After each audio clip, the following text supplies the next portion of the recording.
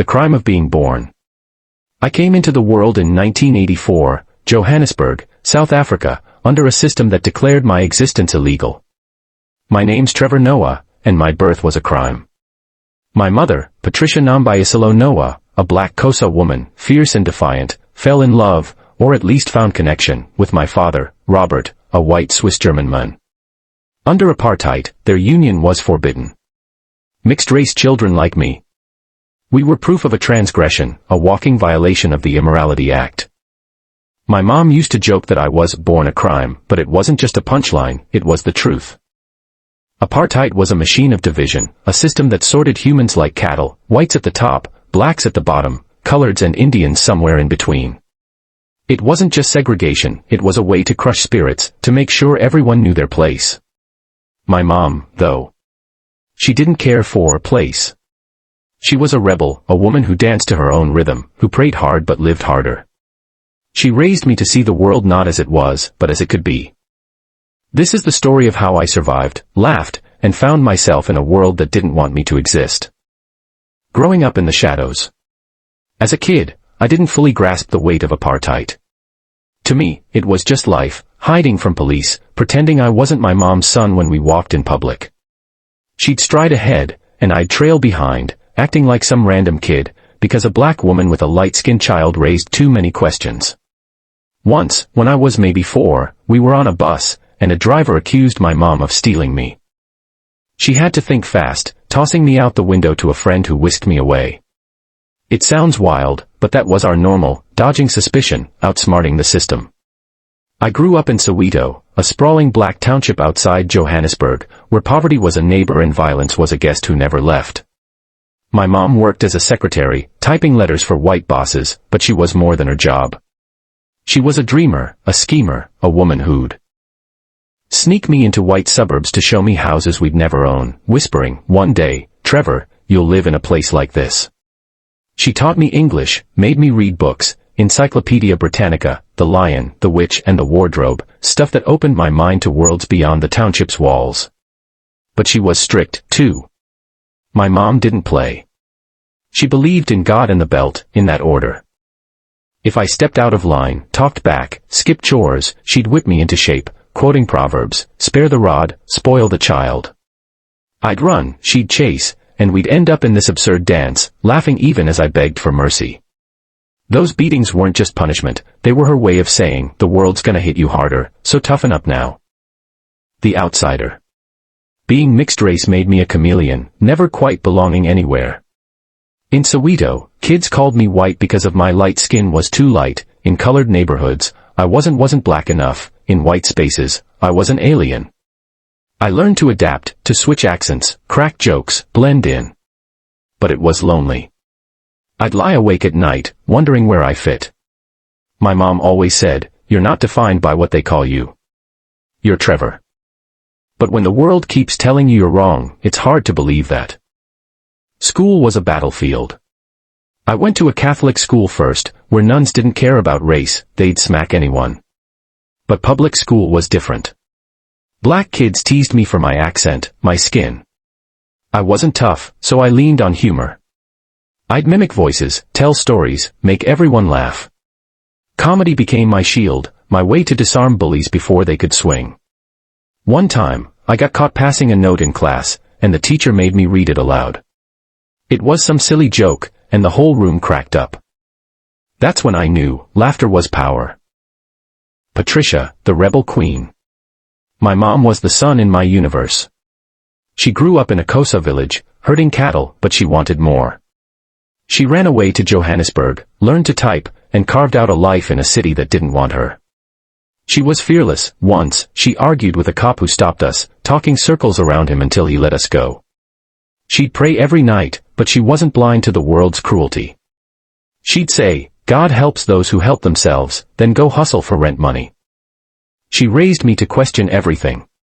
When I asked why black people were poor, she didn't sugarcoat it, the system's rigged, Trevor.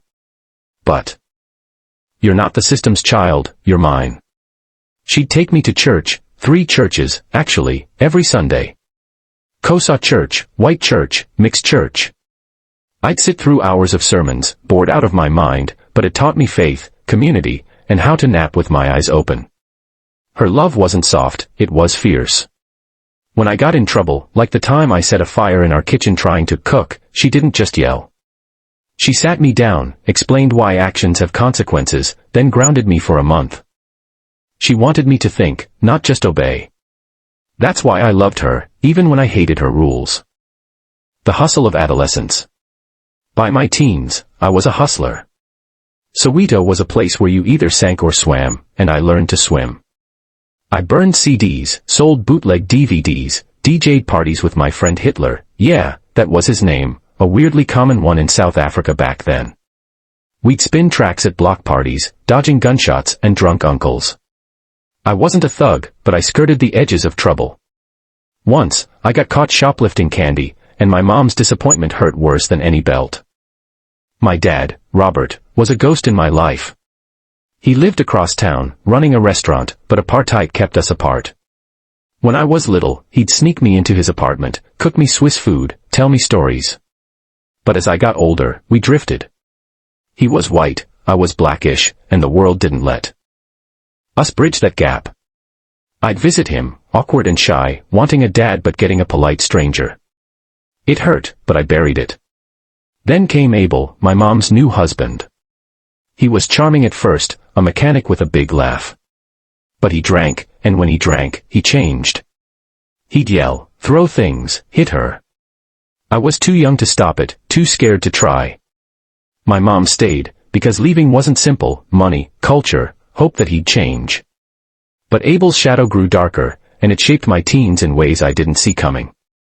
The darkest chapter. The worst came when I was in my 20s, already out of the house, chasing a comedy career. Abel shot my mom in the head. It's a sentence that still feels unreal. She was leaving him, finally free, and he couldn't handle it. The bullet went through her skull, but by some miracle, her faith, her stubbornness, she survived. When I saw her in the hospital, bandaged but alive, I broke down. She looked at me, weak but smiling, and said, "Don't cry, Trevor. Look at the bright side, at least now we know I'm hard to kill." That moment was everything, her strength, her humor, her refusal to be a victim.